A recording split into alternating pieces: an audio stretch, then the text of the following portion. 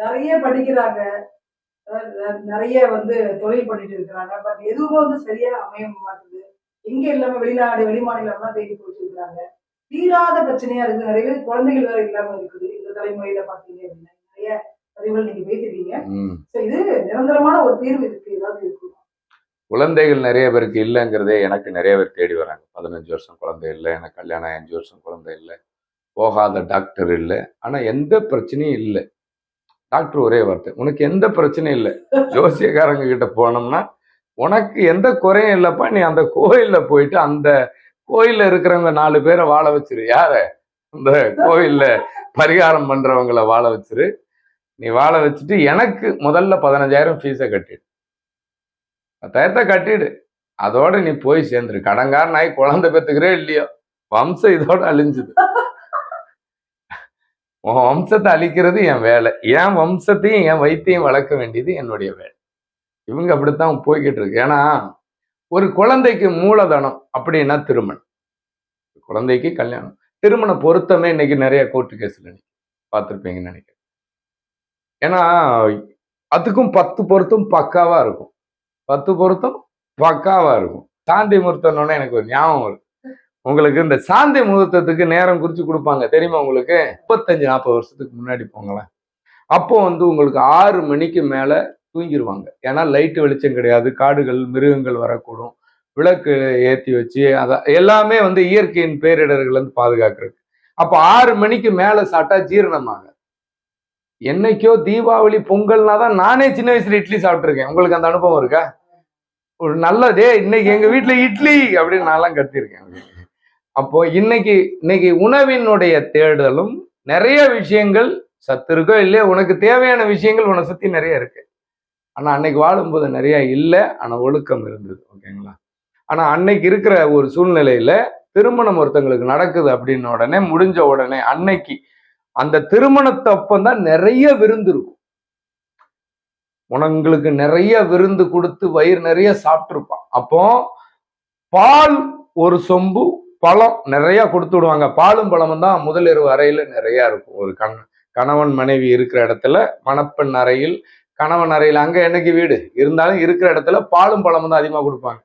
பாலினுடைய மகத்துவம் ஏற்கனவே சொல்லிட்டேன். நம்ம அதுக்கு புல்லு கொடுக்கும் போதே நம் தாய் வழி தந்தை வழியினுடைய டிஎன்ஏ குறைவா இருந்ததுன்னா அந்த குறைகளை நிவர்த்தி பண்ணும் பாலை உற்பத்தி பண்ணும் திறன் பசுமாட்டுக்கும். அப்போ அதனாலதான் கோமாதா என் குலமாதா. நம்ம எல்லா குடும்பத்துக்கும் உள்ள, நம் குலம்னா நம்ம குடும்பம், எல்லாத்தையும் காப்பாற்றக்கூடிய அம்மான்னு அர்த்தம். அதுக்கு அது சொன்னாங்க. அப்போ பாலை கொடுக்குறாங்க.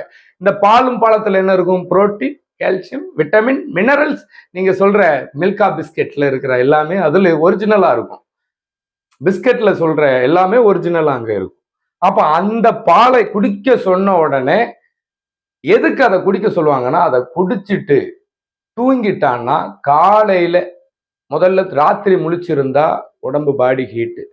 அதே மாதிரி ராத்திரி பெரும்பாலும் அனைத்து அணுக்களும் இயங்குற நேரம் கிடையாது. உடலுக்கு ரெஸ்ட் கொடுக்குற நேரம், அணுக்கள் இயங்கக்கூடாது.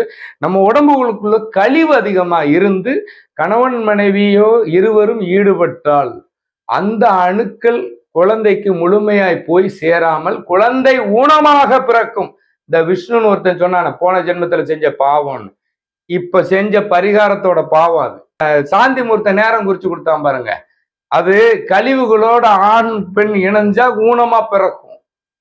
அப்போ அந்த கழிவுகளை 4 மணிக்கு எழும்பி அந்த கழிவுகளை அகற்றிட்டு, நம்ம உடம்பு கழிவுகளையும் அகற்றி உடலையும் தூய்மைப்படுத்தி 4:30 to 6 நம்ம அணுக்கள் இயங்குற நேரம். ஒரு தோட்டத்துல விதை விதைக்கணும்னா கூட 4:30 மணிக்கு விதைப்பாங்க. ஏன்னா விதை விதைக்கும் நேரம் பிரம்ம முகூர்த்தம். நீ தாயாக தகுதியான நேரம். அடுத்த தலைமுறைக்கு உன் அணுக்கள் முழுமையா போகணும்னா இது உன் வம்சத்தினுடைய வாரிசு. அப்போ எல்லா அணுக்களும் இயங்குற நேரம் அந்த 4:30 to 6 பிரம்ம முகூர்த்தம். அந்த நேரத்தில் கணவன் மனைவி இந்த மாதிரி உடல் கழிவுகளை போய் உடம்புல எந்த விஷயமும் இருக்காது. அப்போ அந்த நேரத்துல அவர்கள் ஒன்று சேரும் போது அந்த அணுக்களின் முழு பலனும் அந்த குழந்தைக்கு போகும்போது இந்த நவ கிரகத்தின் பாதிப்பை கூடுமான அளவு 80% போல் பண்ணிடும்.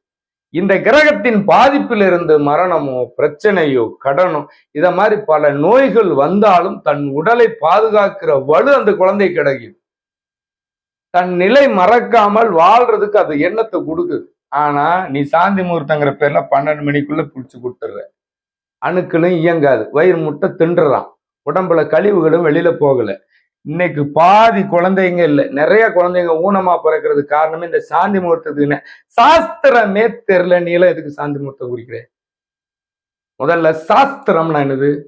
அஸ்திரம் அப்படின்னா அந்த அஸ்திரத்தை சரியா உபயோகப்படுத்த தெரியணும். அடுத்த தலைமுறையை குறையா பிறக்க வைக்கிறதுல அதுக்கு பரிகாரங்கிற பேர்ல வாங்குறது என்ன தெரியுமா? வேட்டி, புடவை. அந்த காலத்துல எல்லாம் உடுக்கிறதுக்கு துணி இருக்காது. உணவு தாங்க பிரச்சனையே. களிதாங்க சாப்பிட்டோம். இன்னைக்கு தாங்க நெல்லு சோறுங்கிறது நல்ல நாள் இல்லைங்க, இட்லிலாம். இன்னைக்கு பரிகாரத்துக்கு உங்களுக்கு பொருள் என்ன தெரியுமா? அரிசி 1 மூட்டை, பருப்பு, நெய், காய்கறி, மிளகா, தனியா. இவங்க வீட்டு மளிகை பொருள், இவங்க வீட்டுக்கு வேட்டி புடவை. இதை எடுத்து கொடுத்தா என் பாவம் தீருமா? எப்படி? நானே பரதேசி. அப்ப என் மானம்ங்கிற துணி, இந்த வேட்டி புடவையில என் வீட்டு மானம் போயிருது. என் வீட்டுல உள்ள என்னுடைய இறைங்கிற உணவு பட்டினி. அப்ப என் குடும்பமும் ஊனம், என் குடும்பத்துல பிறக்கிறதும் ஊனம். ஆனா நீ மட்டும் நல்லா வாழ்வ. நான் என்ன சொல்றேன், இந்த அரிசி பருப்பு கொடுத்தாதான் உனக்கு பரிகாரம் தீரும்னா ஏன் உங்க வீட்டுல பிரச்சனை வருது? இவ்வளவு சாஸ்திரம் படிச்சு வச்சிருக்கீங்களே, ஏன் உங்க வீட்டுல பிரச்சனை வருது? என்ன தெரியும் எத்தனை பேர் வராங்க அந்த பரிகாரம் பண்ணி, ஐயா என் ஜாதகத்துல பிரம்மகத்தோசனா சொன்னேன், இனிமேல் இதெல்லாம் பண்ணாத அப்படிங்கிறேன். சார் நான் ஒரு 75 லட்ச ரூபா லோன் வாங்கி வச்சிருக்கேங்க. அவங்க பொழப்பு அப்படி, இவனுடைய நம்பிக்கை இதாவது தீந்துராதா? உண்மையை நம்பு, உண்மையை உணரு, வாழ்க்கையில உண்மையை தேடு, வாழ்க்கை ஒளிவர்.